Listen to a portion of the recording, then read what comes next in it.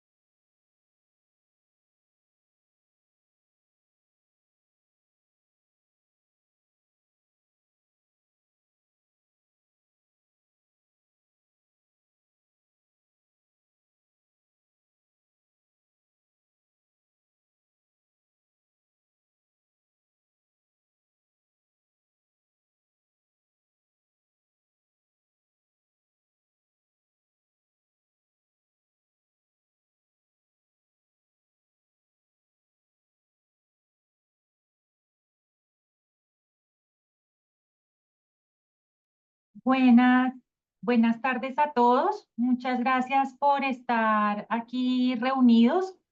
Como se anunció en la invitación, el tema de hoy o es la traída a la vida nuevamente de muchas de las instituciones de los decretos de pandemia que fueron expedidos durante la delegatura de la doctora Susana Hidbelli, quien hoy nos acompaña, y que fue operado, quiere decir, como operadores jurídicos, por los panelistas que también hoy nos acompañan.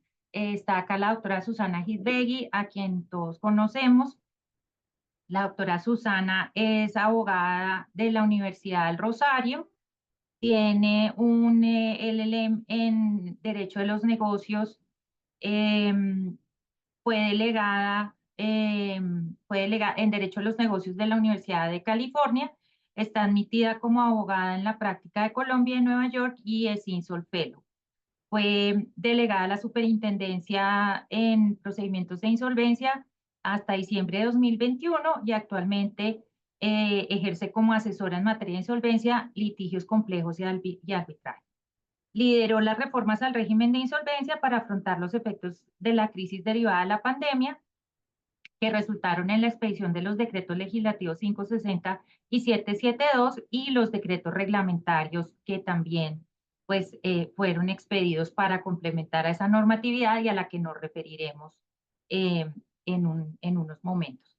También nos acompaña la doctora Marcela Lesmes. Marcela es abogada, es experta en temas de insolvencia, es actualmente asociada senior de Gómez Pinzón. Trabajó varios años en la Delegatura para Procedimientos de Insolvencia, ejerciendo los cargos de ponente coordinadora y juez de procesos de reorganización y reorganización abreviados. Además, es conferencista y profesora en la materia. También nos acompaña el doctor Álvaro González. Álvaro González es abogado de la Universidad de los Andes, especialista en Derecho Comercial, es consultor privado y cofundador de la oficina G2 Estudio Legal. Ocupó el cargo de intendente regional de Cali de la superintendencia del 2013 al 2016 y pues ha actuado como asesor de varios procesos de insolvencia. Estuvimos hablando en la charla preparatoria, creo que en más de 12 reorganizaciones abreviadas, unos cuantos NEAR. Entonces, pues esa sería la presentación. Y está la doctora Mónica Ortegón.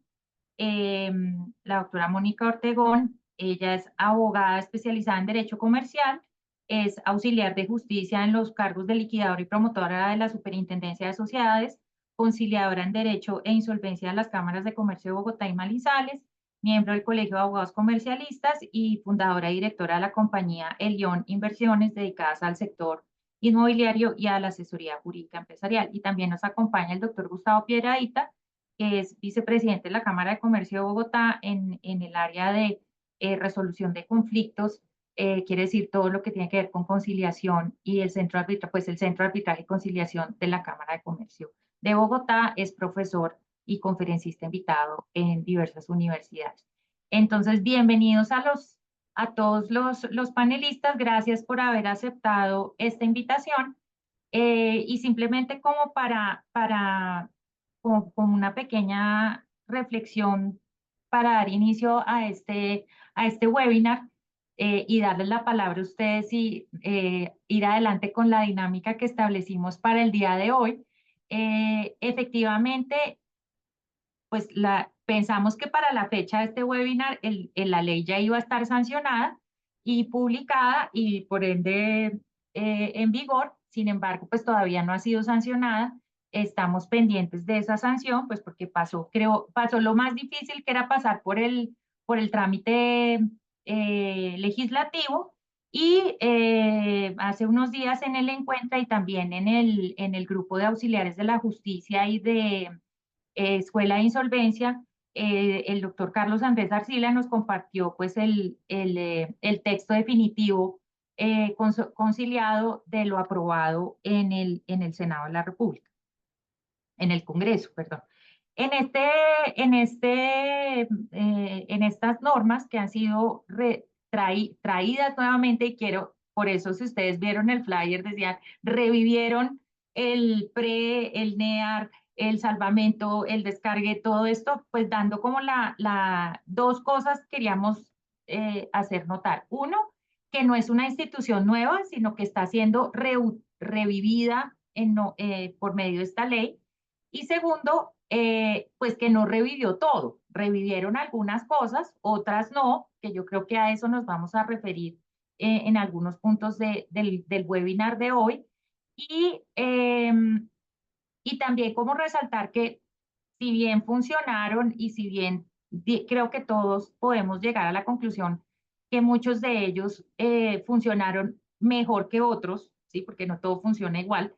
Lo cierto es que ahora vamos a quedar con una colcha de retazos que pensábamos que era temporal en pandemia, que después dijimos por qué no se quedan, después pasó lo que pasó y ahora estamos nuevamente en esta colcha de retazos que tuvimos oportunidad de debatir en el Congreso del Colegio de Abogados Comercialistas, de qué queríamos, si queríamos la colcha de retazos o queríamos un sistema integral.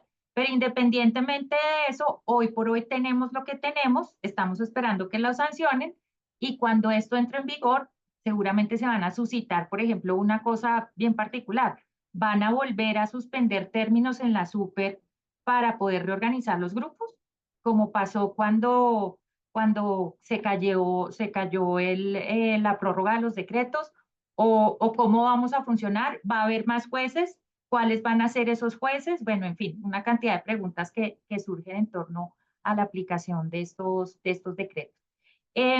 Parte fundamental, y me quiero referir, esto fue por sugerencia de la doctora Susana Gitegui, compartirles las estadísticas de rechazos de la superintendencia en reorganización.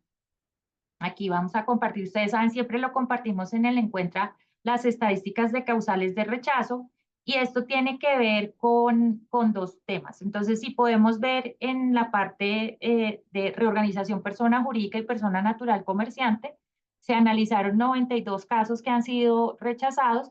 La mayoría de rechazos son que no responden los requerimientos, es decir, hay un requerimiento y el requerimiento no es contestado. Pero si vemos de ahí para abajo, las causales de rechazo más comunes son inventario, los estados financieros, el proyecto de calificación y graduación, los estados financieros de los 3 periodos, la causal de cesación de pagos, la contabilidad. Entonces hay un ingrediente de información financiera y contable que hace que se dificulte la admisión al proceso concursal. Obviamente, cuando se sancione este decreto, cuando se sancione esta ley nos vuelve a traer el tema de no va a haber auditoría contable para el ingreso, reservándose la posibilidad del juez de pedir información una vez admitida la solicitud.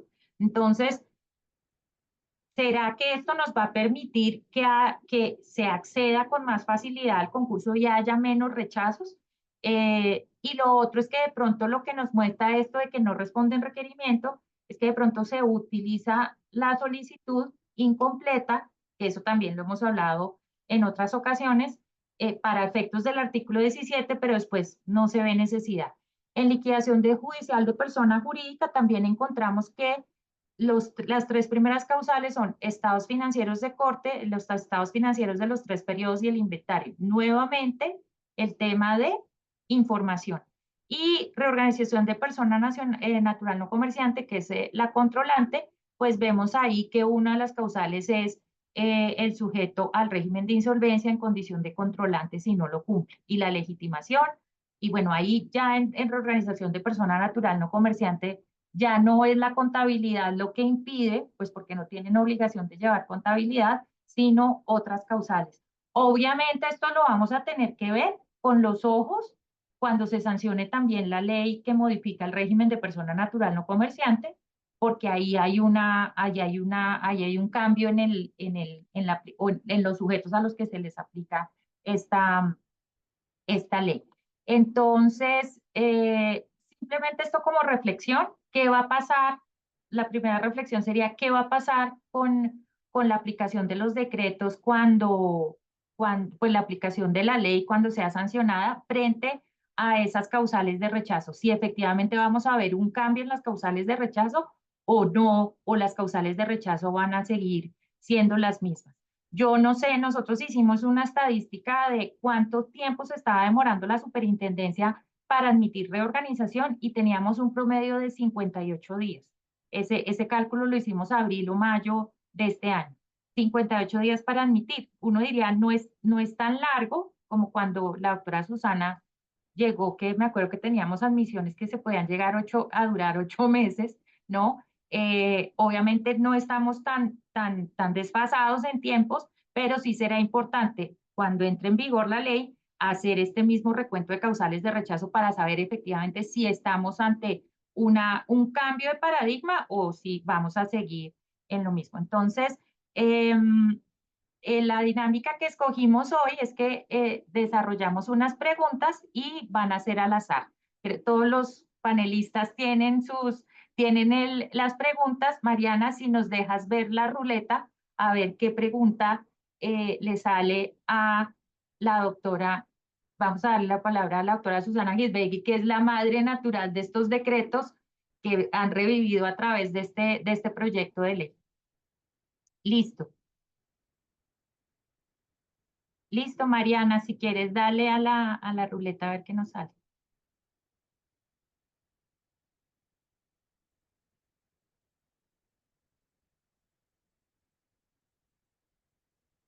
La pregunta 7. Espérenme un minuto. La pregunta 7 es la siguiente. ¿Qué opina? Entonces, es la pregunta 7, doctora Susana.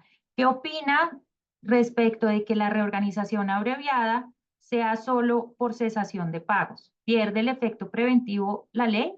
Recordemos que y ayer lo preguntaba yo en el Encuentra, que cuando salió el decreto 560, el 772, no, el 560, en el artículo 15 se dijo que se suspendía la causal de incapacidad de pago inminente para los procesos de reorganización.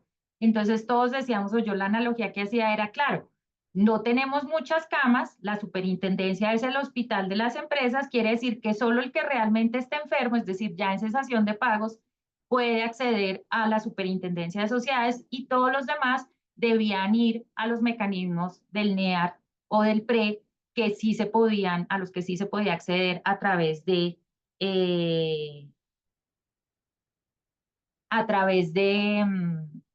solo se podía acceder a través de cesación de pagos. Entonces, doctora Susana, bienvenida y gracias. Muchas gracias a ti por la invitación y a los otros panelistas y además a los asistentes por venir a escuchar nuestras reflexiones sobre este no nuevo, pero renovado sistema concursal. Y realmente a mí me alegra mucho volver a contar con estas normas porque creo que fueron puestas a prueba y fueron eficaces, que esa es la parte más difícil. Hacer normas es muy complicado, se hace de muy buena fe, previendo los efectos, pero en realidad, pues todo esto queda sujeto a cómo se van a usar.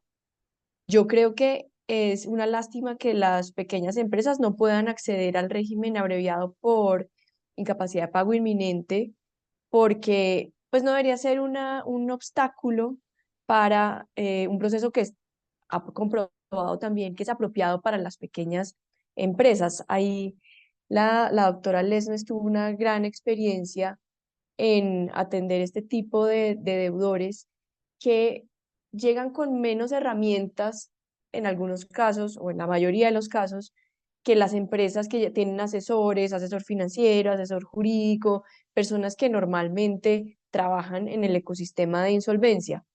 El procedimiento abreviado fue diseñado precisamente para, de una manera, descongestionar la administración de justicia, porque se promueve la incorporación de mecanismos alternativos de solución de conflictos para conciliar la mayor cantidad de objeciones y que el proceso funcione mucho más ágilmente, y también de una manera que es mucho más amigable con la pequeña empresa. Es decir, no me parece que sea un buen mensaje obligar a las pequeñas empresas a estar en una situación de cesación de pagos para poder acceder a un buen régimen.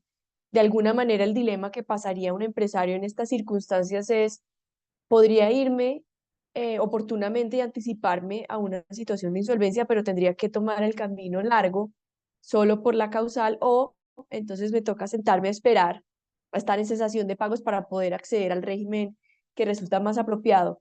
En esa parte, yo creo que era una buena oportunidad para dejarlo abierto para cualquier causal, porque creo que es un régimen que le contribuye al sistema desde todo punto de vista, para la descongestión judicial y para el salvamento empresarial o la atención y la recuperación empresarial.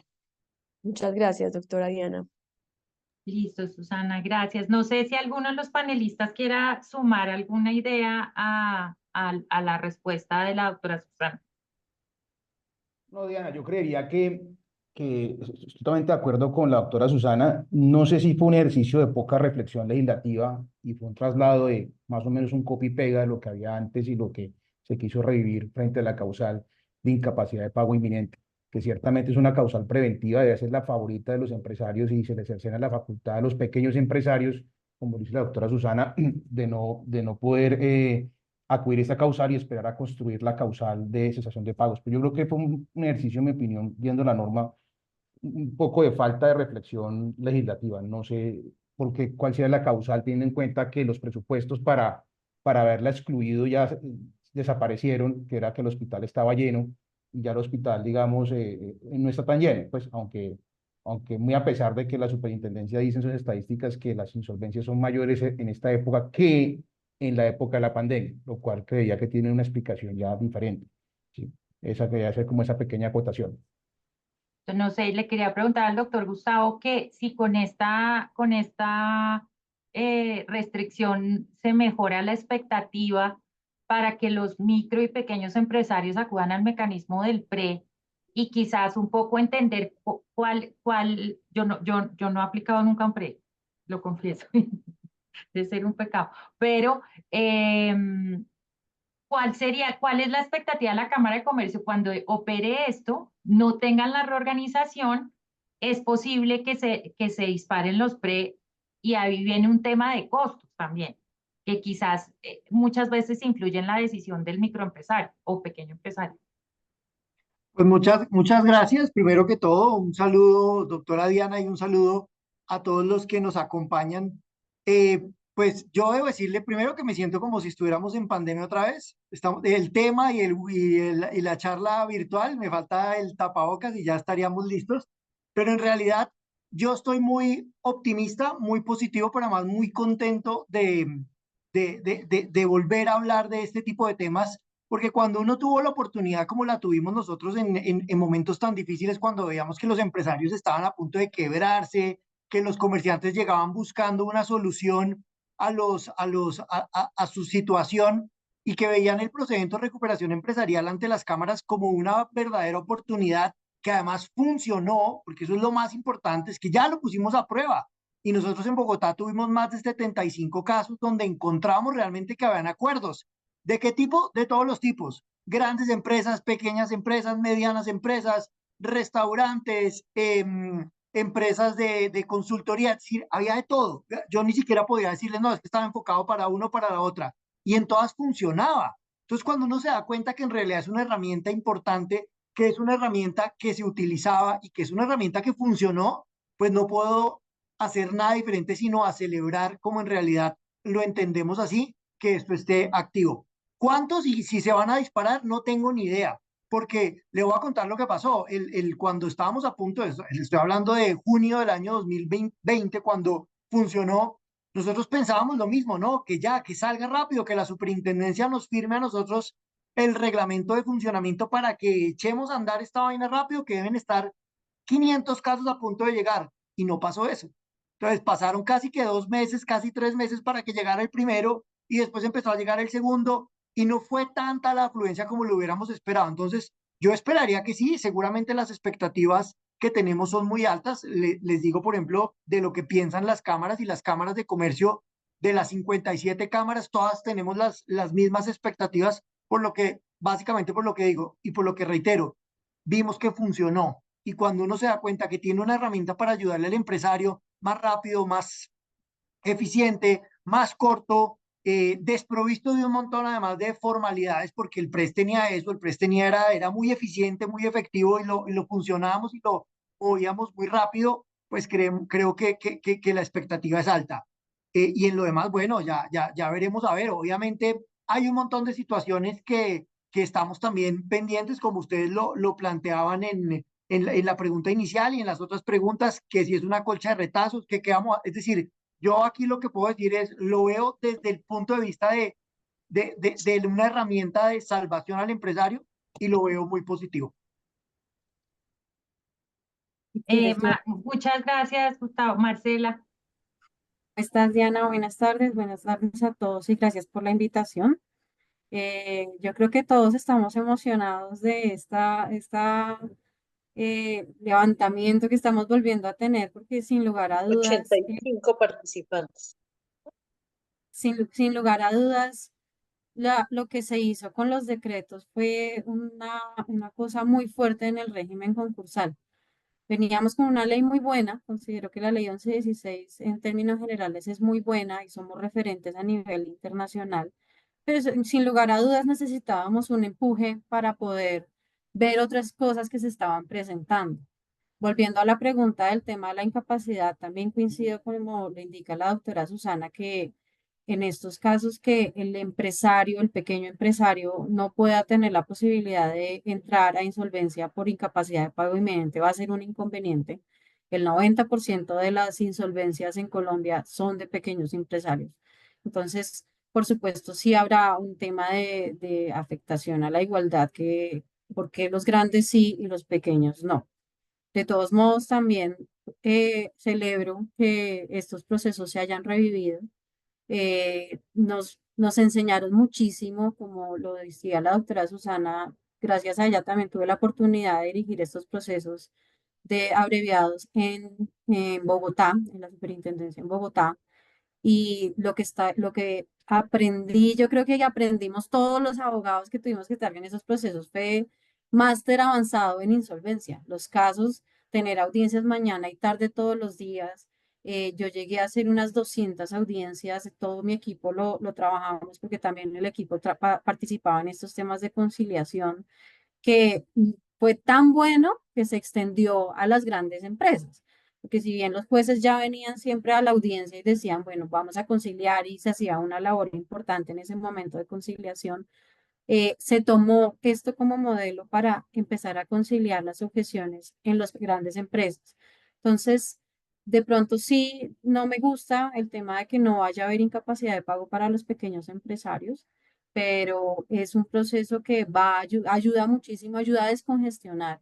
La superintendencia sigue estando muy congestionada. Estamos viendo lo que se esperaba y lo que sustentó la creación de los decretos no se dio en ese momento, lo estamos viendo ahora porque todos los empresarios lo que hicieron fue acogerse a todos los beneficios tributarios que se dieron, a los beneficios que dieron las entidades bancarias. Pues obviamente como buenos colombianos muchas veces como que nos confiamos y dejamos y terminaron fue endeudándose más. Y muchos están viendo también de todos modos la réplica de lo que pasó, de lo que estamos viviendo actualmente. La incertidumbre no solamente a nivel nacional, sino también mundial. Entonces hay como una suma de muchas insolvencias y que está incrementándose y necesitamos cómo moverlo y cómo se movió en la superintendencia, tanto así que en las audiencias se conciliaba el 90-80% de las objeciones que se presentaban. O sea, a veces ni siquiera es la dificultad de lo que se tenga que resolver, sino que simplemente es que abrir estos espacios para poder conciliar y eso nos dio los abreviados. Se puede conciliar, se puede llegar a lograr objetivos y es una oportunidad muy importante que volvamos a revivirlos. Bueno, listo, vamos para nuestra segunda pregunta, Moni. Espera, vamos a la segunda pregunta, si Mariana nos pone nuevamente la ruleta y ya que Mónica levantó la mano, la que sigue en el orden es Mónica. Para saber qué pregunta.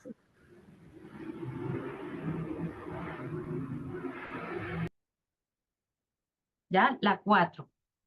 Bueno, listo, Moni. ¿Qué es lo que más te gusta de lo que revivió o lo que va a revivir? Porque hablamos de revivió, pero de lo que va a revivir con la sanción de esta ley, de todo lo que pudiste, además, a ti te ha tocado liquidación simplificada, reorganización abreviada, todo esto, igual asesoras pequeños empresarios, pero de todo esto que esperamos que entre en vigor pronto, ¿qué es lo que más nos hacía falta o qué es lo que más te gusta de todo esto? Si uno pudiera hablar de qué le gusta o qué le parece más práctico desde el punto de vista de como operador de insolvencia.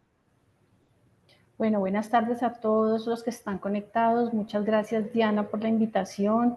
De verdad, muy honrada, además de estar con los panelistas, con la doctora Susana, el doctor Gustavo, con Marcela. No, realmente me siento pues bastante comprometida aquí con el tema y hablando un poco, pues, a ver, definitivamente desde el punto de vista como conciliadora y hablando ahora sobre el tema de que las pequeñas empresas no van a poder acudir digamos, a la reorganización abreviada, sí, yo creería que se va a generar una gran expectativa frente a aquellas otras herramientas que tenemos, que son aquellas herramientas para poder resolver de manera directa a través de esos mecanismos extraordinarios, como en el PRE y todo lo que se adelante, digamos, en las cámaras de comercio a través de la conciliación. Entonces, una de las cosas que realmente yo celebro y me parece es que podamos volver a tener esos mecanismos extrajudiciales porque pues obviamente que la resolución en los temas de insolvencia provienen del diálogo que se va a generar entre los deudores y los acreedores y a veces la judicialización de estos procesos hace que muchas veces se exacerbe un poco más esas diferencias o no se lleguen a acuerdos, aunque yo dentro de lo que manejo, incluyendo las liquidaciones, que a veces no son fáciles porque normalmente uno concilia son con entidades financieras que tienen unos parámetros de conciliación bastante estrictos, pero digamos en otros escenarios como en la Cámara y hablando allá en los procesos que se puedan adelantar, pues sería mucho más fructífero lograr acuerdos donde se puedan sentar directamente el acreedor con el deudor y poner sobre la mesa la negociación y llegar a esos acuerdos. Entonces creo que una de las cosas que realmente celebro es que se pueda volver a tener esas herramientas extrajudiciales para lograr acuerdos entre los deudores y acreedores.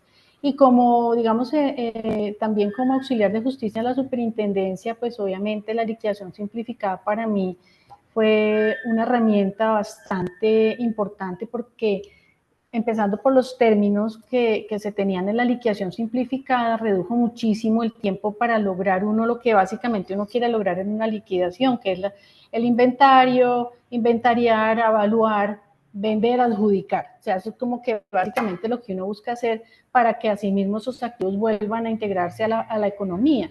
Entonces, podía pasar una liquidación 2, 3 años, uno que hacía ahí con unos activos que incluso a veces se podían deteriorar o no sé, en tanto que en una liquidación simplificada es mucho más ágil, más eficaz y creo que eso va, pues contribuye muchísimo obviamente a que se reactiven no solamente los activos que puedan ingresar a la economía, sino las personas que están en liquidación puedan volver a iniciar como un proceso, integrarse a su economía, volver a generar otras empresas. Entonces creo que esas dos cosas me parecen bien importantes de todas estas herramientas que todas son muy buenas igual. Gracias, Janita. No, con gusto. Gustavo, que tiene la mano levantada.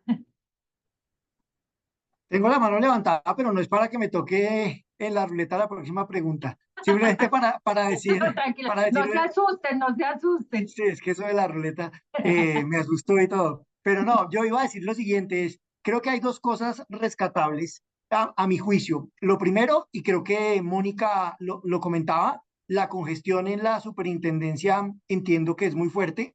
Y eso hace que muchas personas interesadas en acogerse a un procedimiento valoren mucho otro espacio diferente. Y para eso finalmente están los mecanismos de resolución de controversias. Esos mecanismos vienen a incorporarse en la administración para descongestionar, para ayudar a ser más eficaces en la resolución de los conflictos y creo que esto es un punto muy grande a favor. Que se piense en la posibilidad, como se pensó en su momento en el año 2020, de incorporar a las cámaras de comercio, creo que eso es un gran acierto. Y el segundo tiene que ver con la posibilidad que se pueda hacer el trámite por categorías. Creo que eso también ayuda y Eso permite mucho a la facilidad y la flexibilidad del empresario, que pueda escoger a qué categoría acogerse, que pueda dejar algunas categorías por fuera, porque lo vimos, yo no soy, y debo de reconocerlo, yo no soy experto en estos temas, pero tuve la oportunidad de oír a los comerciantes y de oír a los asesores de los comerciantes en ese momento valorar mucho eso. No quiero hacerlo únicamente con entidades financieras, quiero dejar a estos por fuera. Creo que tengan esa oportunidad, que exista esa posibilidad, creo que es también algo muy importante para rescatar. Luego, la descongestión y el tema de las categorías definitivamente es algo que creo que vale mucho la pena resaltar.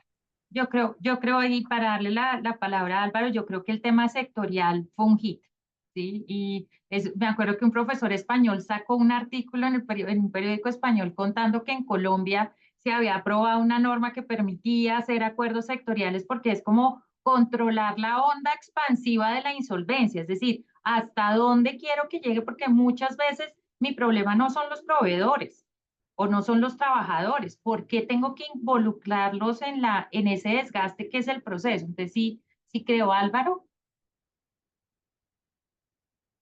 Sí, Diana, gracias por darme la palabra y agradecerte. Qué pena lo maleducado. Empecé a hablar de una y no agradecí a la gente a ti por haberme invitado y a los asistentes por estar, de la emoción que me produce estar acá. No, un comentario para el doctor Gustavo, que lo veo muy expectante frente a los PRES, dada su vinculación con las cámaras de comercio, y no es para desorganizar la conversación, sino cuál sería la expectativa del doctor Gustavo frente a la ausencia de reglamentación hoy en día del trámite de validación expedito, esa gran expectativa que tiene cómo es frente, porque pues esa es la mitad del trámite del PRES. Entonces, y sé que es una pregunta que se abordará más adelante, y cuál sería, digamos, el efecto de no tener esa reglamentación aún, y creo que difícilmente se puede construir por vía jurisprudencial, ¿sí? Entonces era como una pregunta ahí para que no quede en el tintero para el doctor Gustavo, ¿Cuál es la expectativa y cómo lo están viendo ellos desde la Cámara de Comercio ante esa ausencia de regulación? Pues me voy a adelantar con el permiso, doctora Diana, de tomar la palabra para responder, porque es que fíjese, doctor Álvaro, que cuando se empezó a construir el reglamento, frente a esa inquietud y con el ánimo de generar un espacio casi que el empresario tenga el combo completo, es decir, que venga a la Cámara y se vaya con la situación completamente definida, se incorpora algo bien novedoso en el procedimiento, que era la validación a través de un mecanismo como el arbitraje que nos quedamos, le soy sincero, en Bogotá nos quedamos esperando que funcionara. No recibimos ni siquiera un trámite, pero sí sé por mis otros compañeros de otras cámaras, creo que en En Bucaramanga y en Cali. Cali En Cali. funcionó bastante bien y creo que se resolvían situaciones en arbitraje. Luego, creo que hay que echarle mano a eso. Creo que si lo que buscamos es incorporar los mecanismos de resolución de conflictos, no solo con la mediación en el transcurso del trámite, sino también incorporándole de verdad el arbitraje a la solución de la controversia, podemos llegar a resolver o incorporarle en lo que comentaba al comienzo, el combo completo, que entre con mediación y salga por arbitraje para tenerlo mucho más rápido, porque es que además también era eficiente y tampoco era con costos muy altos. Cuando Yo creo que hablábamos de los ahí, trámites, qué adelante. pena, Gustavo, no, Sí. ahí yo creo que un tema muy importante es que uno supiera que no sé, no sé si de pronto yo no lo he visto, pero ahora con la resurrección de los decretos y del PRE, es que se haga mucho más visible cuánto vale el mecanismo del inicio a la salida. Para el microempresario eso es fundamental, para poder aterrizar la situación. Y aquí ahorita vi que el doctor David Sandoval prendió la cámara y la volvió a apagar. Él fue uno de los árbitros que falló validaciones de PRES, de acuerdos obtenidos en PRE. Y en el Congreso del Colegio de Abogados Comercialistas, que estábamos con la doctora Susana y estaba la doctora Miquelina y la doctora Diana Talero, dijimos, yo me acuerdo que dije, nos toca buscar otro operador judicial adicional a la superintendencia de sociedades, porque el tiempo de respuesta es a veces imposible de sostener. Cuando alguien quiere invertir en una compañía que está en situación de crisis y uno le dice que tiene que esperar 6 meses para que le digan si puede desembolsar un crédito y otorgar una garantía, no, eso no vuela, no, los tiempos no nos dan. Entonces, no sé, la doctora Susana levantó la mano y qué pena haberlo interrumpido, es una recomendación, porque yo, por ejemplo, yo siempre tuve y además porque sabemos que, por ejemplo, el arbitraje siempre se habla que es una justicia privada, que es un poco costosa, aunque se han puesto limitaciones, pero sería buenísimo uno decir, oiga, el de la reorganización abreviada no puede ir a reorganización abreviada en incapacidad, pero tiene el PRE, y esto le vale tanto, ¿sí? Susi. Yo quería mencionar que nosotros tenemos una concepción muy cerrada o muy limitada de lo que significa el costo de un proceso. Entonces, la aproximación es cuánto me vale la mediación, los honorarios de la Cámara, pero es que cuánto le ¿Cuánto vale en no poder tiempo? resolver el problema.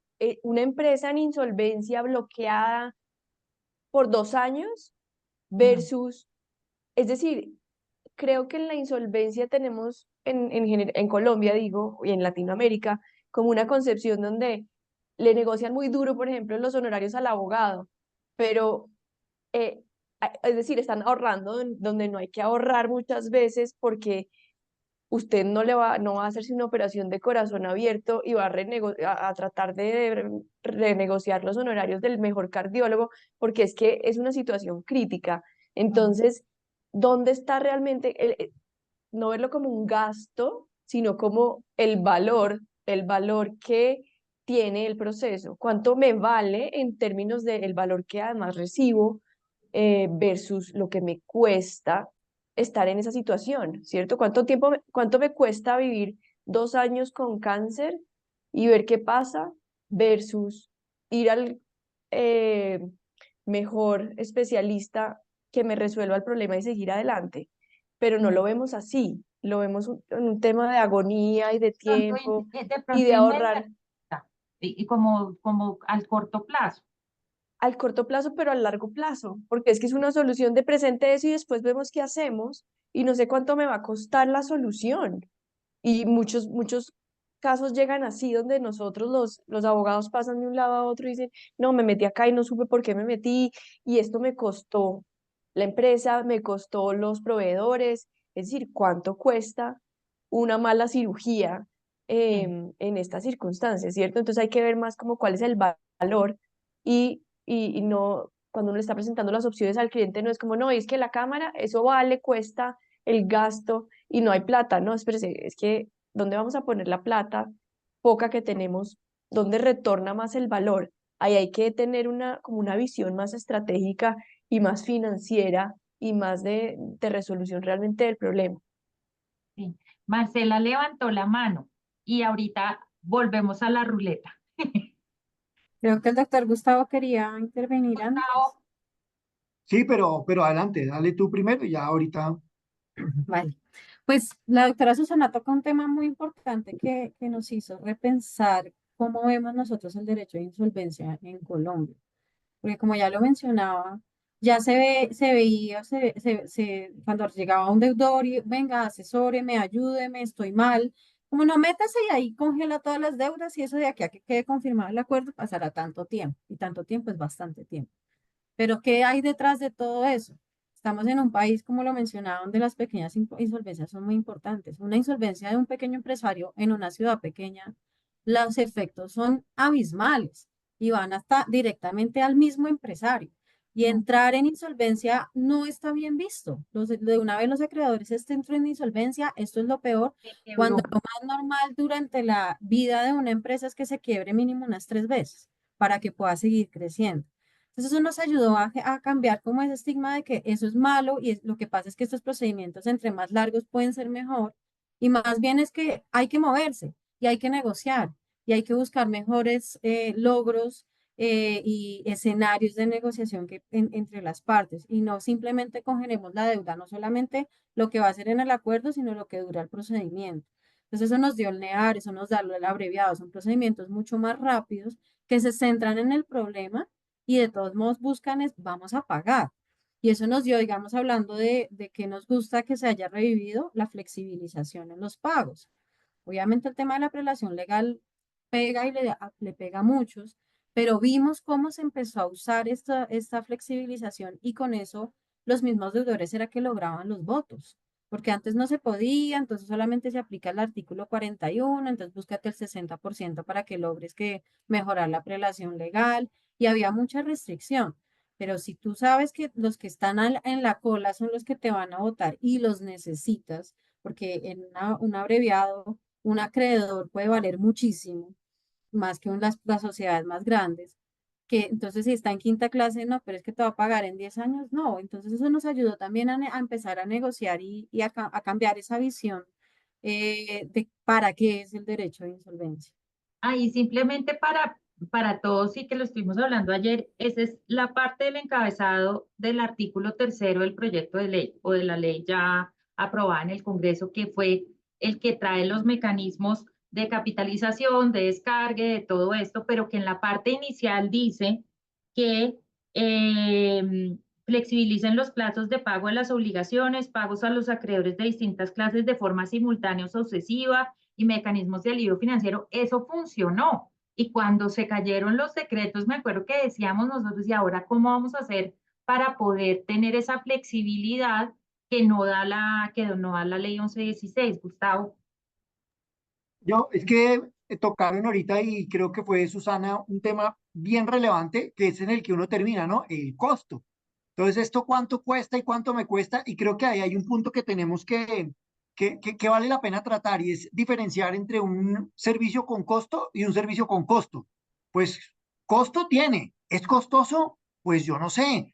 Y obviamente hablar de la plata del otro es muy sencillo y cuando uno le pone precio a las cosas que uno no paga, pues todas le salen baratas y le parecen baratas.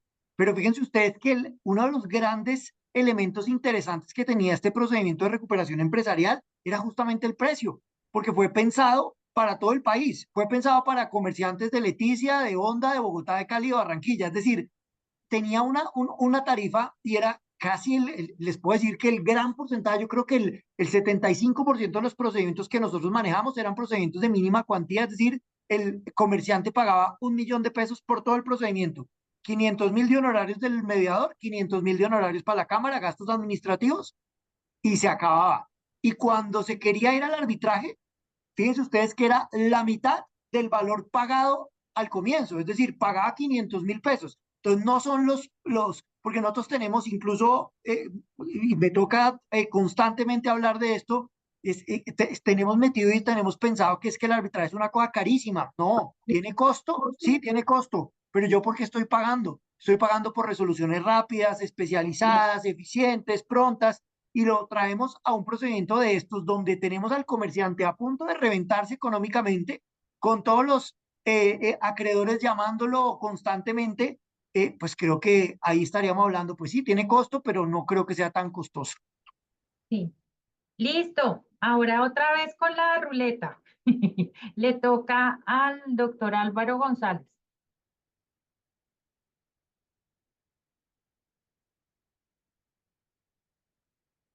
El 2. ¡Ay! Esta sí. ¿Quedan incompletos los instrumentos sin los decretos reglamentarios? ¿Podría revivirse algo vía jurisprudencial? Porque es que lo revisábamos ayer. Entonces decíamos, no, pero ahí hablaba de los reglamentarios. Y decíamos, no, no, no.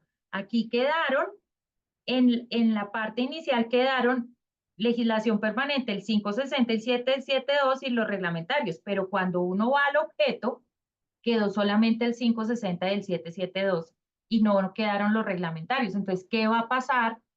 ¿Qué va a pasar con eso? Era un poco lo que le preguntaba Álvaro a Gustavo sobre la validación expedita para efectos de los acuerdos obtenidos en el mecanismo PRE. Sí, de acuerdo. Fue, en mi opinión, falta de rigor legislativo, porque ciertamente el encabezado los incluye y el texto no los incluyó. Pues ustedes se pueden hacer una revisión de los dos decretos reglamentarios, el 842 de 2020 y el 1332 de 2020, que reglamentan en su orden el decreto 560 de 2020 y el 772 de 2020.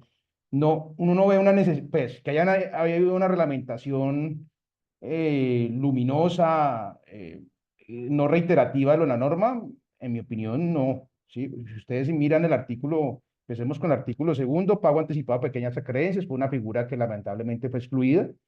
El artículo tercero del 842, por ejemplo, sujetos concursales del PRE, lo dice el decreto 560, cuáles son los concursables. No veo que agregue valor tampoco en ese punto. El aplazamiento de los gastos de administración, que es el artículo cuarto, fue excluido. El pago de las obligaciones aplazadas por gastos de administración, que es el artículo quinto, también fue excluido. La publicidad de los NEA, en el artículo sexto del 842. ¿Que podamos vivir sin esa norma? Yo creo que sí. ¿Sí? El juez del concurso sí tiene las atribuciones suficientes para hacer un ejercicio digamos, de ponderación entre la publicidad que puede tener una validación judicial y la que tiene el artículo 19. Más aún, que a nosotros se nos olvida que hay un artículo 12 en el Código General del Proceso que habla de los vacíos y deficiencias del código y de cómo integrar las normas procesales. O sea, yo creo que sin el sexto podemos vivir, ¿sí? La votación del NER, pues está en el artículo séptimo, reitera lo que dice la norma, el 560, o sea, podemos vivir sin él, ¿sí? Es decir, no sin la institución, que me parece sumamente positiva, sino sin la reglamentación que quedó ahí. El artículo octavo de las cargas de pasivos, pues de la contradicción del dictamen, eso están en el CGP, artículo 227 y subsiguientes. Artículo noveno, acreedores con vocación de pago, sí creo que ahí sí tendríamos dificultades para vivir, porque ¿qué se entiende por acreedores con vocación de pago sin la reglamentación?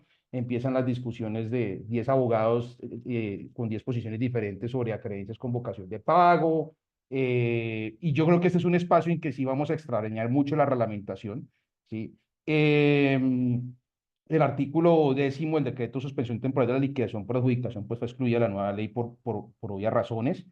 Y desde luego el artículo 11, el trámite de la validación judicial expedito, pues ante una ausencia de reglamentación, que es un procedimiento, digamos, reglamentario de cómo hacer esa validación judicial expedita, pues ciertamente yo creo que difícilmente el PRES vivirá sin esa reglamentación, sin perjuicio del principio de habilitación en arbitraje que mencionó el doctor Gustavo, que creo que van a tocar. El principio de habilitación sí puede colmar ese vacío y las partes tendrán que desarrollar muy bien y ejecutar muy bien ese principio de habilitación de cara a que el PRES no se quede a mitad de camino.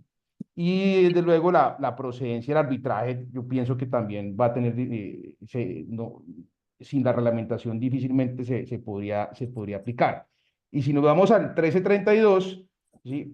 Pues hay normas el artículo segundo, la coordinación de un proceso de insolvencia de los decretos de la pandemia con los de la ley 1116. Mi pregunta es, si la norma reglamentaria era imposible concluir eso, yo creo que no, ¿sí? Yo creo que haciendo un ejercicio un poco reflexivo podría uno llegar a la conclusión de que se pueden coordinar, ¿sí? La presentación del artículo tercero, la presentación de objeciones en procesos de pequeña insolvencia también reitera lo que dice la norma. La designación de los promotores en el PRAPI, que a mí ninguno me tocó promotor, de los 10 o 11 que tuve, en ninguno se designó promotor, y aplaudo esa decisión.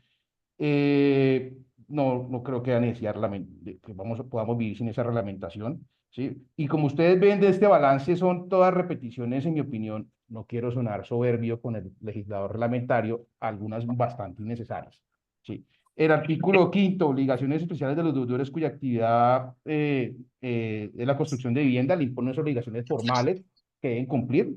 Me parece que sí, pues sin esa reglamentación difícilmente van a cumplir con este tipo de obligaciones. Y en general, pensaría que podemos vivir sin el reglamentario 842, pero difícilmente el PRES va a llegar a una evolución sin el trámite de validación judicial expedito, que creo es donde está la gran carencia en materia reglamentaria, ¿sí? De resto, pues, creo que, bueno, y el tema de las caducidades de las acciones individuales de cobro, del artículo séptimo del decreto 1332, que, pues, la reglamentación dice que son unas acciones judiciales de cobro en el concurso. La norma reglamentada no lo dice, y creo que sin reglamentación difícilmente se podría llegar a esa conclusión, o yo no hubiese llegado, pues, me hubiese quedado la duda, pero ese es mi balance, es decir, podemos vivir sin la reglamentación como está planteada, y tengo dudas del PRES en cuanto a la validación judicial expedita, sin perjuicio del comentario muy oportuno del doctor Gustavo de que saquemos de jugo y agotemos el principio de habilitación arbitral. No sé si están, pues, ustedes de acuerdo con estas reflexiones. No sé quién quiere participar en esta reflexión. Gracias por el ejercicio tan juicioso, Álvaro. No estaba preparado, eso le salió de suerte, él preparó todas las posibilidades. Pero, pero lo que iba a decir, sí, porque si no van a decir es que le soplan, no, pero no. Lo que iba a decir es que yo creo realmente que la solución es la cláusula, pues, del mecanismo arbitral. Lo que pasa es que si me toca, ¿cómo hago para incluirla en el acuerdo y que todos votemos? Eso se puede imponer por mayoría, no creo. No. Todos, Toca, todos toca que tendrían que todos, aceptar, que todos todos tendrían que aceptar que consientan. vayamos al arbitraje para que resuelva las objeciones y valide el acuerdo, porque como el mediador no tiene esa facultad, pero yo creo que si uno explica bien y el costo es como el que dice Gustavo, yo lo haría. No, sin lugar a dudas, pero toca que se dé esa carta al niño Dios, es decir, que todos acepten. Ah, Y, sí, y esa es la limitación. esa es la limitación, exactamente. Gustavo y Mónica. No, lo mío es muy cortico, porque justamente ese es uno de los puntos, y recuerdo un procedimiento de recuperación muy grande que tuvimos, en el que varios ausentes y disidentes, pues como su nombre indica, pues no participaron o votaron negativamente, y en ese momento el comerciante dijo, no, pues yo sí quiero apuntarle al arbitraje, y la problemática era que eran más de 650 personas a las que teníamos que pedirles que por favor dijera que sí quería, y no todos quisieron. Entonces, sí es un impedimento, no se puede obligar, y como pues los mecanismos de resolución de controversias requieren la autonomía de la voluntad, evidentemente, luego se requeriría el concurso y la aceptación de todos. Un tema para trabajar, por supuesto. Yo creo que ahí el punto ya ni siquiera es el costo. Ahí el punto es, ¿está el empresario en la capacidad, el deudor en este caso, en la capacidad de llevar a todos los acreedores? No sé, no sé si todos quisieran y le apuntaran a una resolución tan rápida. Y creo que ese Pero, es un punto, por ejemplo, sí, ahí, Gustavo, sería en un por ejemplo, en un sectorial de entidades financieras, yo creo que sí se podría dar. sí, pero entonces entraríamos a la casuística. ¿Cuáles sí y cuáles no? Uno de proveedores, de pronto no. Mónica, No, yo también pues quería hacer como una pequeña intervención y algo como que veníamos hablando y yo pienso que lo que dijo el doctor Álvaro al inicio de su intervención, que teniendo en cuenta como esta falta de rigurosidad del legislador es lo que nos tiene precisamente como en esta colcha de retazos en el tema del régimen de insolvencia.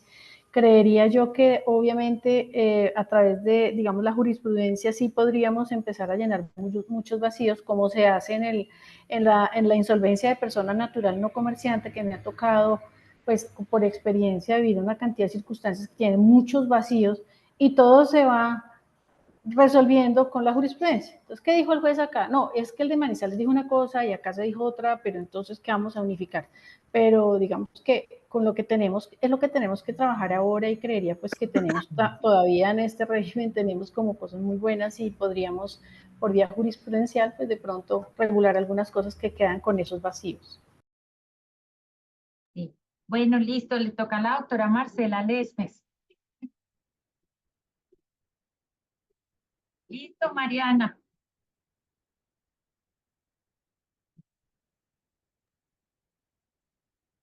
¿La 8? Ah, bueno. Sí, la 8, listo. ¿Qué futuro le espera a la colcha de retazos que tenemos? Bueno, ahí sin duda creo que inicia con lo que estaba mencionando la doctora Mónica y es que va a tener que haber mucho trabajo jurisprudencial para tratar de unificar todo esto que va a salir. Y ahí la labor del juez en insolvencia no solamente es de juez, sino también que sí nos ha ayudado siempre como también a enseñar y a encauzar todas estas normas que van a quedar regadas. Lastimosamente, sí creo que hay que hacer algún tema de unificación porque es que el empresario necesita una lista clara de cuáles son sus alternativas y no las hay.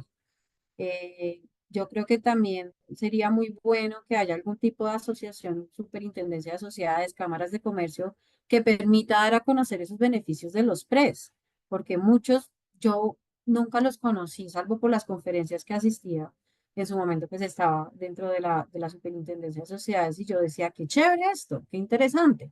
Pero creo que sí, la labor de empezar a comunicar estos beneficios que pueden dar estas otras alternativas es muy importante. Sabemos que está un proyecto que quiere desarrollar, un proyecto de salvamento que quiere desarrollar la Superintendencia de Sociedades. Ojalá realmente lo que tengamos es una unificación de todos estos mecanismos que ya vimos y muchos queríamos era que se revivieran los decretos. Hubo algo bueno, hay que centralizarlo, corregir defectos, porque sin duda alguna vimos que había varios defectos que hay que corregir. En los abreviados, el tema procesal a veces nos dio como que, uy, esto ¿cómo lo manejamos? Los mismos NEAR también quedaron algunos vacíos. Entonces, creo que al haberlo simplemente dejado como legislación permanente y no haber tomado los errores que se pudieron mejorar, no es bueno. Eso sí, yo creo que hay que ajustarlo, hay que unificarlo. Eh, Ojalá la Superintendencia de Sociedades reviva la base de datos de jurisprudencia, porque yo no sé qué pasó y ahora solo podemos ver hasta 2018 cuando había una jurisprudencia muy buena que estábamos desarrollando con la doctora Susana. En ese momento todos los jueces siempre hacíamos como la recopilación de jurisprudencia, ya no se puede ver, entonces más o menos yo como que celebro todos estos grupos de insolvencia que van compartiendo porque conseguir algo de jurisprudencia realmente es muy difícil. Entonces ojalá eso se reviva.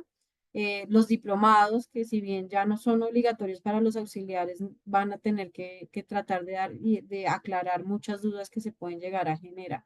Pues sí hay una colcha de retazos que debe mejorar, que esperamos y yo soy de la posición de que sí hay que en este momento evaluar una reforma integral manteniendo estos procedimientos, porque yo creo que como lo mencionaba, Ley 1116, los decretos son muy buenos, todos vienen de fuentes internacionales, Y fuimos también en pandemia fuente internacional con los abreviados que ahorita, si uno lo toma una foto de lo que son la organización abreviada, que a muchos no les gusta, es lo que ahorita se aprobó como ley modelo de pequeñas y microempresas en un citral.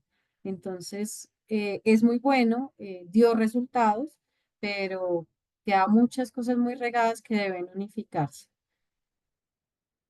Doctora Susana, Bueno, yo creo que más que importante que no sea una colcha de retazos, es que los retazos queden bien cosidos, porque una colcha bien cosida, la estabilidad que puede generar una ley donde se ha ido construyendo sobre lo que existe, se ha ido depurando, tiene mucho valor. Puede ser mejor tener una colcha fina, reparada, reformada, mejorada, que barrer cada vez con una. Ustedes no saben, creo que no medimos lo suficiente la inestabilidad jurídica, el problema que tiene. Ahora cuando se cayeron los decretos, todo lo que pasó, nadie sabía qué iba a pasar. Las intendencias todas resolvieron diferente qué hacer con los procesos en curso. Eso costó mucho, ¿cierto? Y a veces como que nos ponemos a pensar, no, es que la colcha se ve fea porque quisiéramos que tuviera los numeritos. No, prioricemos qué es lo importante. Qué bueno que ya tenemos una ley que tiene suficiente tiempo andando para que sepamos cómo funcionan ciertas cosas. Si todavía nos frustra cuando hay un cambio jurisprudencial, imagínense la trocha que hay que abrir cuando cambia todo el régimen por hacer una reforma. Yo en una conferencia con la doctora Diana les contaba del Código de Bancarrota de los Estados Unidos que lleva 100 años. Y no es que lleve 100 años quieto y que todavía hable de los pescadores. No, es un código que lleva 100 años y lo han ido actualizando y le meten el retazo que hace falta. Entonces, los pequeños comerciantes, retazo capítulo 5A. capítulo Y 5. es una cosa que va funcionando y se va realmente volviendo, es como una maqueta que se va construyendo o una ciudad que se va construyendo. De pronto no estuvo bien planeada, pero eso no significa que haya que pasar un tsunami y volver a empezar de cero. Es organicémonos. Hay maneras menos disruptivas de organizar lo que hay, porque para mí el valor que tiene la seguridad jurídica es eh, muy importante versus los cambios que a veces tienen buenas intenciones, pero arrasan con todo, con la tradición y con el valor. Y hay figuras que no funcionan, y si no funcionan, así tuvieran buenas intenciones, listo, salen, ¿cierto? Pero me parece que es decir, el peligro de los tsunamis puede pasar cualquier cosa, ¿cierto? Entonces, a veces tenemos como una ilusión de ver las cosas más ordenadas, más bonitas, pero no necesariamente esa es, yo creo que lo que funciona es realmente qué nos preocupa y qué se puede hacer para mejorarlo.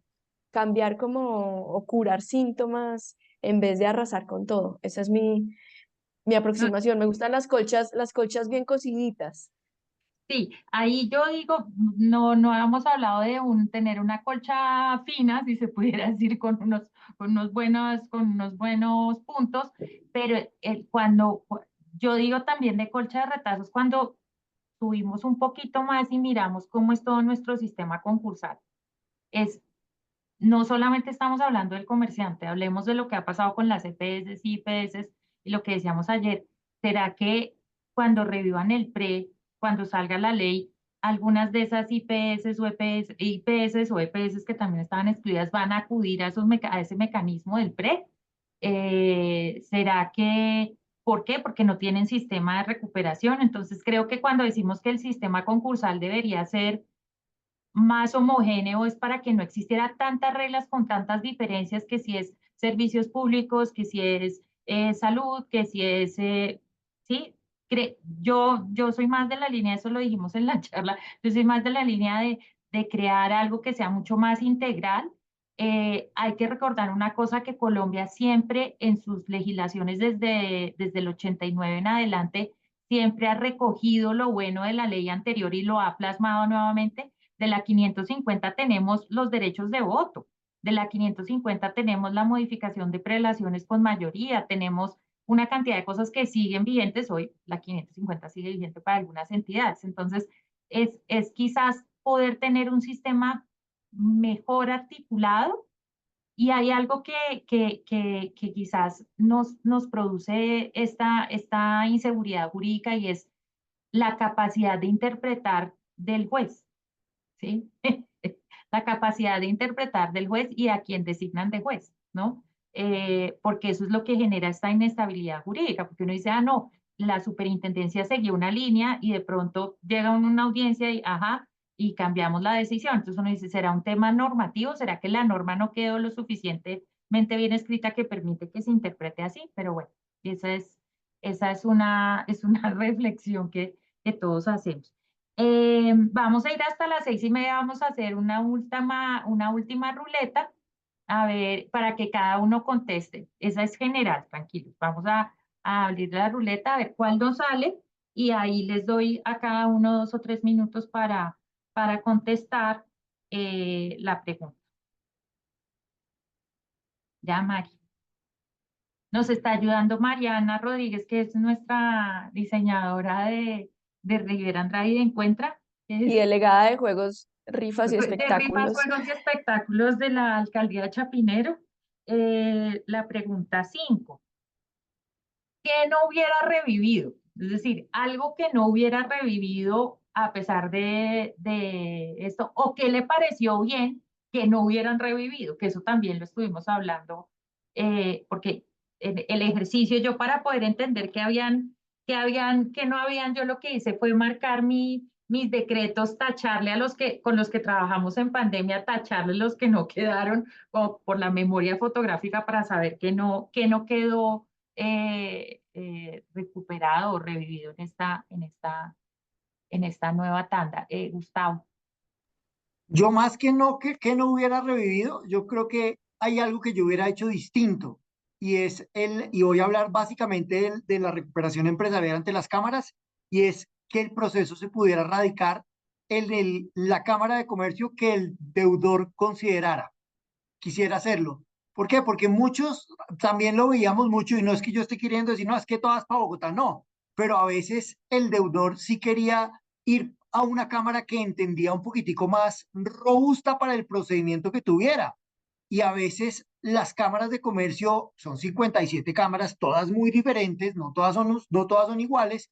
Pues claramente a veces decía, uy, a mí me hubiera encantado hacerlo en Barranquilla, en Medellín, o en Cali, o en Bucaramanga, o en Bogotá incluso, y se veía abocado a hacerlo tal vez en una cámara más pequeña. Entonces yo creo que eso, pero estoy ahí sí, como decía el doctor Álvaro al comienzo, carta al niño Dios, y me lo hubieran preguntado, hubiera dicho, no, que el deudor elija dónde. No todas hubieran llegado a Bogotá, seguramente muchas sí, pero también hubieran podido el deudor elegir dónde quiere tener su proceso, porque pues finalmente ese es un momento en el que el deudor está diciendo, esta es mi última oportunidad, quiero jugármela con toda y quiero irme a un proceso que me permita recuperarme. Y a veces, como lo dije antes, pues sí era el mismo reglamento, claro, para todos, pero no todas las cámaras funcionan igual y no todos los centros funcionan igual. Entonces creo que eso hubiera sido un aspecto que yo hubiera considerado distinto. Bueno, eso es traer la discusión del COMI a la justicia nacional, ¿no? Le podemos decir a Aurelio Urrea Jr. que eso se ha trasladado a la discusión del PRE. Listo, Marcela. Iba a decir más o menos eso. Interesante lo que plantea el doctor Gustavo, porque eso genera competencia y genera mejor servicio. Porque van a tratar las otras, ok, es que se nos están yendo. ¿Qué tenemos que hacer para mejorarlo? A veces como la tienen la fácil, es que te tocó a ti. Aquí, las notarías en personas naturales, es que te tocó aquí. Sí, entonces como que eso me parece muy interesante que debería evaluarse considerando que está este PRE que da esa posibilidad y romper un poco con lo que estamos acostumbrados y en la parte jurisdiccional ordinaria. Frente a lo que celebro, sin lugar a dudas, yo creo que celebro y celebran todos los empresarios, porque cuando yo empecé a hablarle como a mis clientes, como no, ya los decretos ya vienen, no sé qué, ¿cómo así? No, no puede ser, los gastos de administración los van a suspender, o sea, esa fue como de una vez lo que dijeron, entonces claramente celebro que no haya quedado la norma que permitía que no tuvieran que pagar los gastos de administración en el NEAR. Por supuesto, esa norma se creó bajo un análisis muy loable, que era, estamos en pandemia, es una situación que viene, se sabía que no iban a poder pagar inmediatamente muchos, pero lastimosamente se usó mal. y terminó siendo un abuso que repercutió muy mal a muchos acreedores.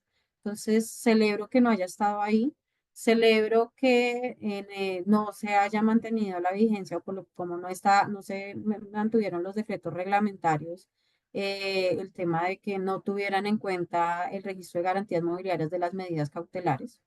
Yo creo que ese es un derecho que no se ha usado mucho, pero es bastante interesante que lo empiecen a usar los acreedores. Me queda la duda de cómo se puede llegar a, o cómo se va a analizar eso frente al levantamiento automático de medidas cautelares. Que por un lado, pues para claridad de de normas, pues por un lado tenemos la norma que nos da y que se mantiene con el proyecto y es que automáticamente se levantan las medidas cautelares. Pero por el otro lado, es que yo como acreedor, si tengo una medida cautelar a mi favor, esto es un gravamen judicial que se registra en garantías mobiliarias. Por tanto, eso me da los beneficios del artículo 51 y 52 de la 1676, pero si se levantan automáticamente, entonces, ¿qué pasa con mi garantía? Entonces, creo que eso es algo interesante que en algún momento se tiene que desarrollar. Y yo creo que diría esas dos para darle el paso a mis Listo. compañeros. Mónica. Bueno, pienso que en general los decretos contenían unas, digamos, unas herramientas que no fueron desarrolladas solamente para el tema de pandemia, sino que eso se venían trabajando unas mesas de trabajo que venían haciendo como el estudio juicioso para atender un momento no solamente de pandemia, sino como un tema un poco más estructural. Creería yo que cuando llegó el momento de pandemia y se aceleró un poco la expedición de estos decretos, pues tuvieron que hacerse algunos ajustes, por ejemplo, como lo de los gastos de administración o muchas otras cosas, pero que ahorita nuevamente, digamos que ya no estamos en condición de tenerlas en cuenta porque pues ya no hablamos de la pandemia, el COVID y esto, pero creo que en general todas las herramientas que se presentaron pues después de un estudio juicioso y que fueron resultado de esa mesa de trabajo, de la cual lideró pues también la doctora Susana Ibegui, obviamente, contenía eso, un estudio muy juicioso de qué necesita Colombia y qué podemos hacer para que tenga un abanico los microempresarios de poder acudir a varias herramientas y poder resolver sus problemas de insolvencia, problemas de crisis y todo esto. Creo que nos hace falta es, como hablábamos hace un momento, conocer un poco más las herramientas, tener un poco más de educación frente a eso, porque no todo es para todos. Entonces, no todos van para el PRES, no todos van para una reorganización, para el NEAR, para la abreviada, para el simplificado. O sea, pienso que eso sí tenemos que hacer como muy juiciosos en estudiar muy bien y poder acercarnos a las herramientas cada vez con mayor facilidad para que podamos usarlas más. Y las otras figuras seguramente se irán relegando, pero creo que yo rescataría que todo es muy positivo en estos decretos, en la prórroga, bueno, que hayamos revivido estos decretos. En la resurrección. Resurrección. Sí. Susana y después Álvaro. Bueno, varias cosas. Yo creo que el tema de la posibilidad de aplazar los gastos de administración era importante para los procesos de negociación de emergencia, porque como no se pueden levantar las medidas cautelares, esa es la manera, es cortarle el flujo. Esto puede impactar en la efectividad de estos procesos. Diferente es que se haya usado mal, pero si se usó mal, no creo que la solución sea cortar ese brazo porque queda cojo el mecanismo, sino buscar cómo ajustarlo, ¿cierto? Entonces yo creo que habría sido Para que más no se abusara. importante, claro, entonces no es como que abusó, le corta el brazo, no, espérese, a ver, reparemos por qué abusaron y qué otros límites hay que poner, y eso era lo que yo habría preferido, porque para que el NEAR funcione, ahora hay que considerar un músculo financiero importante de caja para sobrevivirlo, ¿cierto? Entonces creo que eso estaba pensado precisamente porque cuando uno está armando un sistema, si le jala un hilo, puede que se le descomplete otra cosa y se cae, se le quita una patica digamos, al proceso. Entonces yo sí hubiera preferido que eso se mantuviera con los ajustes pertinentes para evitar el abuso, que en efecto ocurrió. Aplaudo que la liquidación por adjudicación salga definitivamente del sistema, y si hubiera tenido chance de meter algo adicional, así que solo me dieran un chance, habría metido el estándar de que los acuerdos deben ser mejores que la liquidación. Ese estándar internacional donde hay un test para que un acuerdo se pueda imponer inclusive cuando es mejor que la liquidación. Creo que eso le da como un equilibrio importante al sistema donde hay que sentarse a mirar mejor las soluciones. Ese es Sí. mi resumen, doctora Diana. Entonces, Álvaro, con el micrófono prendido podemos oír. Qué pena. Yo coincido con la doctora Susana, no quiero incurrir en la técnica de los decretos reglamentarios de incurrir en innecesarias repeticiones, pero extraño el pago de pequeñas acreencias. El doctor Nicolás Parro hizo un artículo muy juicioso hace 4 años sobre ese tema y ciertamente la figura de pago de pequeñas acreencias ha sido también mal utilizada antes de la COVID. ¿Sí? Una cosa son pequeñas acreencias, otra cosa son pequeños acreedores, y yo creo que con unos ajustes reglamentarios o regulatorios hubiese podido subsistir, ¿no? Yo no creo que pueda ser el criterio de que porque fue mal utilizada, entonces erradiquémosla, porque también conocemos que hay procesos de reorganización que han sido también mal utilizados, ¿sí? Y entonces pues también habría que erradicarlos con esa lógica, y eso no creo que pueda, no creo que sea la conclusión.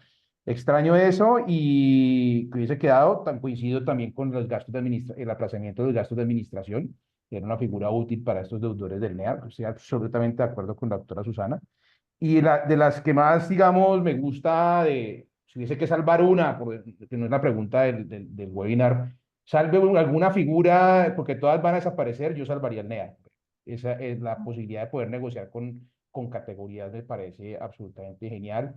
Y aquí en Cali, por lo menos en las pymes, uno percibe, por lo menos con los clientes, que el foco del problema de insolvencia está en la DIAN y las instituciones financieras. ¿Sí? Pasó varias veces en que los clientes decían, no, yo no quiero meter a los proveedores en la negociación. ¿Sí? Muchas veces justamente por no lastimar a esos proveedores o a esos pequeños proveedores que no están en capacidad de soportar los efectos adversos de la insolvencia. Por eso pienso que el pago a pequeños acreedores, no pequeñas acreencias, porque imagínate la vivienda con una creencia de 100 millones de pesos, pues eso es una pequeña creencia para vivienda, pero de acreedor pequeño no tiene nada. Entonces, pienso que con un ajuste en la figura esta hubiese podido sobrevivir, ¿sí? Y sin lugar a dudas, la protagonista de novela de todos estos decretos es el NEA, es sin lugar a dudas, y no lo utilizaron por categorías. No sé si tú tienes las estadísticas. Nosotros hicimos un NEAR sectorial, creo, no sé si fue el primero que se metió acá en Bogotá y funcionó muy bien, porque yo coincido con Álvaro, para mí el NEAR o el presectorial me parecen que son un hit. El tema del pre, y ya lo confesé, nunca lo he usado, pero yo creo que sí hay que hacer una mayor difusión. Miren, el tema de todos los mecanismos, ¿no? De todos los mecanismos. Yo me acuerdo que nos invitaron a una charla obviamente por Zoom en Argentina, y yo me acuerdo que les expliqué, eso es como cuando uno tiene las monitas de los álbumes del mundial. Pregúntame cualquier monita, yo la tengo, ¿no? Que un extrajudicial en Cámara de Comercio, lo tengo. Tengo uno desjudicializado en la super, lo tengo. Uno corto de liquidación, lo tengo. Nosotros, y otra vez volvemos a tener, cuando sancionen esto, vamos a tener otra vez 7 mecanismos concursales. Y ahí el tema es saber por qué puerta entro, ¿sí? Ahora que decían, no, el reorganización abreviada no se puede ir si no está en incapacidad de pago inminente, pero entonces el NEAR no le sirve si tiene medidas cautelares, pero ya cuando uno tiene medidas cautelares, uno ya está en cesación de pagos, no, yo no voy a estar en incapacidad de pago inminente. Entonces es como buscar cómo casa uno la pieza de la situación de la empresa, a cuál es el mejor mecanismo. Pero yo creo que debe haber más difusión. Pues se hizo difusión en pandemia, pero como con el tema de la temporalidad, pues uno decía, bueno, esto no, pero si va a seguir en el tiempo, creo que se tiene que hacer una difusión mayor de los pros y los contras de cada mecanismo y de los costos, nuevamente digo yo, para el pre, porque se tiene la sensación que en la super es gratis y en la cámara no, ¿no? Hablándolo así coloquialmente. Entonces, para ir cerrando, Gustavo y no más. Creo que no sé si alguien más quiere decir algo. Yo iba a decir ya también para ir concluyendo de mi parte que la difusión es clave, pero es clave. Nosotros llegábamos a los procedimientos con las entidades financieras y las entidades financieras se estaban, perdónenme la expresión, desayunando la existencia del procedimiento en la reunión. Decían, pero ¿para qué? ¿Qué es el decreto 560? No tenían ni idea. ¿Por qué? Porque es que arrancamos de afán. Es que esto fue, pues Susana se acordará que ya estaba en la superintendencia, esto fue todo en la urgencia de ver cómo podíamos sacar esto adelante, obviamente, y en momentos tan difíciles como esos, pues obviamente creo que pecamos en las cámaras de comercio que no nos puede volver a pasar y tenemos que tenerlo clarísimo y creo que así fue y aprendimos de eso en la difusión, de explicar de qué se trata, cómo funciona, cuáles son los beneficios, cuánto cuesta, por qué le sirve. Creo que en eso sí, aprovechando que esto ya no dura 3 meses, 4 meses o un año, sino que está de largo, podemos enfocarnos mucho en eso para que todos, los deudores, los acreedores, todos los que concurran al proceso, hasta nosotros mismos en las cámaras que íbamos aprendiendo a medida que iba pasando, tengamos la capacidad de tomar la decisión y poder decir, y entonces ya nos volveremos a sentar en unos meses, doctora Diana, y usted dirá, no, ya llevo 5, ya llevo 7 preses, ya lo conozco perfecto, ¿verdad? Seguramente si lo explicamos mejor, que creo que fue nuestra Sí, gran falencia al comienzo, vamos a darle mucho también tener a en los que cuenta. lo necesitan. Y vuelvo y digo, que ese día en el Colegio de Abogados Comercialistas, yo dije, tenemos que buscar otro operador judicial, porque no damos abasto en la super. Y si el camino es a través de tribunales de arbitramiento para resolver esos conflictos de objeciones y la validación, Marce, para cerrar ya, para cumplir con el horario. Sí, no, algo muy puntual que tú lo mencionaste, pero para acotar en esta pregunta de que rescatamos y fundamental, la posibilidad que se abre otra vez para los excluidos, porque se quedaron sin un régimen y acuden a uno y bueno, ¿y qué hago? Tal. Muchos están por fuera y es que no, es que dicen que es que ellos tienen el régimen de intervención y de Eso liquidación, no pero eso no es un eso no proceso es un recuperatorio. recuperatorio. Sí, y son muchos, va uno a ver y son muchos los que están excluidos y entonces es como, entonces voy a Supersalud, más bien entonces me tienes que No, hacer una intervención porque en la intervención hay un acuerdo. Entonces resalto muchísimo eso, yo creo que va a abrir una puerta y va a generar un marco pero mucho más amplio de recuperación empresarial porque son empresarios y se nos ahí el olvida. asunto es la difusión de las cámaras de comercio, eso se vuelve fundamental, porque es que Total. nosotros me acuerdo cuando vimos los borradores aquí, Susana cuando nos compartió algunos el borrador, yo decía, esto me hace muy feliz, esto me hace muy feliz que vayan a poner a los excluidos a tener un mecanismo recuperatorio, y era un poco coqueto el decreto como quedó, y era el que no tenga mecanismo de recuperación porque no estábamos diciendo, no, el que esté toma de posesión, no, ahí dejaba de todas formas un margen para la interpretación que era, pero increíblemente no muchos excluidos se fueron a pre, teniendo el mecanismo, pero yo De creo que es un tema de difusión.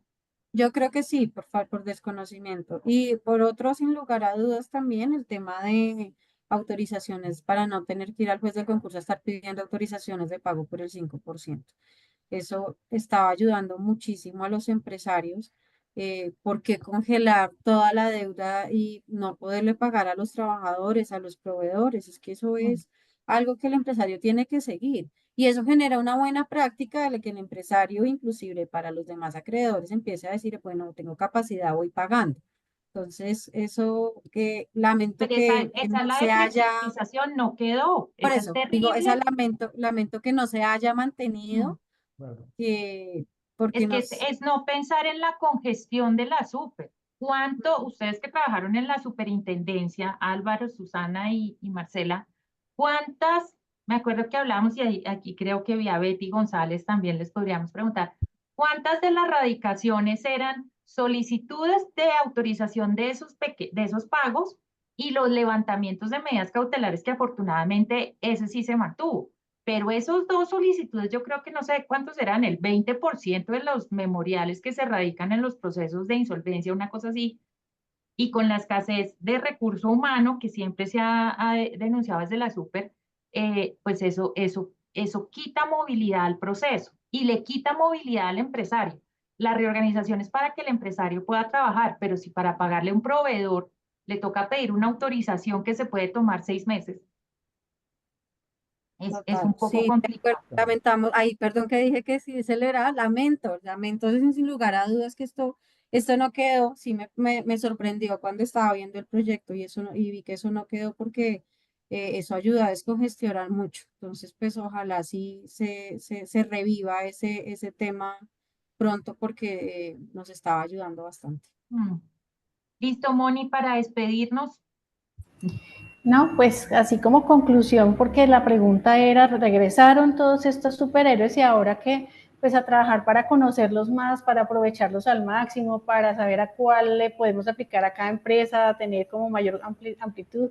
Ojalá que se fortalezca muchísimo más todos estos temas ante la Cámara de Comercio, siempre conciliar será lo mejor, y estos temas entre acreedores y deudores muchas veces se resuelven desjudicializando el tema, es decir, allá sentados en la mesa negociando a través de una conciliación, y mucho, puede que entre comillas costoso, pero saldrá a la larga mucho más favorable poder reorganizarse, organizarse y resolver y seguir trabajando.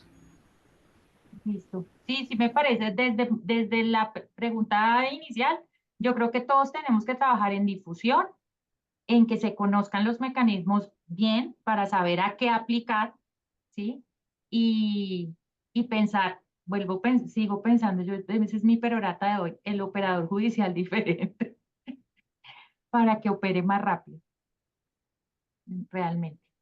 Entonces, no sé, Álvaro, no sé si quieres decir algo para cerrar. Muchísimas gracias.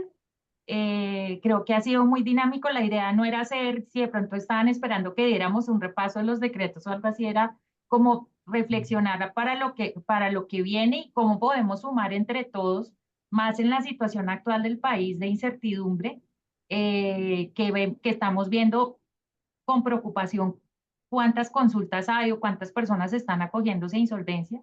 Entonces creo que tenemos que todos poner nuestro granito de arena y trabajar para que esto se conozca bien, se difunda bien y seguir trabajando en una cosa que se va a trabajar en el turnaround, ¿no, Susana? Que es el tema de trabajar para que se deje ese sesgo negativo frente a la persona que incurre en una crisis, porque yo creo que eso también lastra un montón la posibilidad de superarla, esa connotación negativa.